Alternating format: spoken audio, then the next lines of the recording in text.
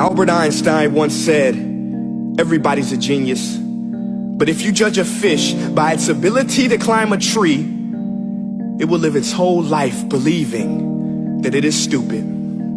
Ladies and gentlemen of the jury, today on trial we have modern day schooling. Glad you could come. Not only does he make fish climb trees, but also makes them climb down and do a 10-mile run. Tell me, school, are you proud of the things you've done?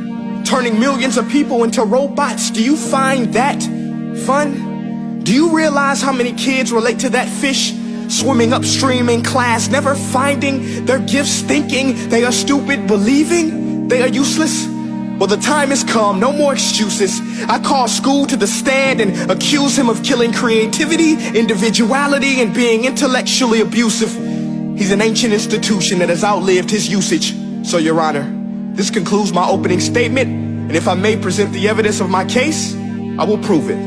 Proceed. Exhibit A. Here's a modern day phone. Recognize it? Here's a phone from 150 years ago. Big difference, right? Stay with me. Here's a car from today, and here's a car from 150 years ago.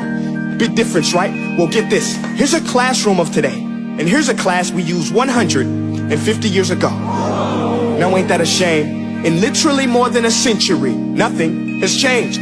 Yet you claim to prepare students for the future? But with evidence like that, I must ask, do you prepare students for the future or the past? I did a background check on you and let the record show that you were made to train people to work in factories, which explains why you put students in straight rows, nice and neat, tell them sit still, raise your hand if you want to speak, give them a short break to eat, and for 8 hours a day tell them what to think. Oh, and make them compete to get an A. A letter which determines product quality, hence grade A of meat. I get it. Back then, times were different. We all have a past. I myself am no Gandhi. But today, we don't need to make robot zombies. The world has progressed. And now we need people who think creatively, innovatively, critically, independently, with the ability to connect. See, every scientist will tell you that no two brains are the same. And every parent with 2 or more children will confirm that claim. So please explain why you treat students like cookie cutter frames or snapback hats, giving them this one-size-fits-all crap. Watch your language. Sorry, Your Honor, but if a doctor prescribed the exact same medicine to all of his patients, the results will be tragic. So many people will get sick, yet when it comes to school, this is exactly what happens. This educational malpractice, where one teacher stands in front of 20 kids, each one having different strengths, different needs, different gifts, different dreams, and you teach the same thing the same way? That's horrific. Ladies and gentlemen, the defendant should not be acquitted. This may be one of the worst criminal offenses ever to be committed. And let's mention the way you treat your employees. Objection. Overruled. I want to hear this. It's a shame. I mean, teachers have the most important job on the planet, yet they're underpaid? No wonder so many students are short-changed. Let's be honest, teachers should earn just as much as doctors, because a doctor can do heart surgery and save the life of a kid, but a great teacher can reach the heart of that kid and allow him to truly live. See, teachers are heroes that often get blamed, but they're not the problem. They work in a system without many options or rights. Curriculums are created by policymakers, most of which have never taught a day in their life. Just obsessed with standardized tests. They think bubbling in a multiple choice question will determine success. That's outlandish. In fact, these tests are too crude to be used and should be abandoned, but don't take my word for it.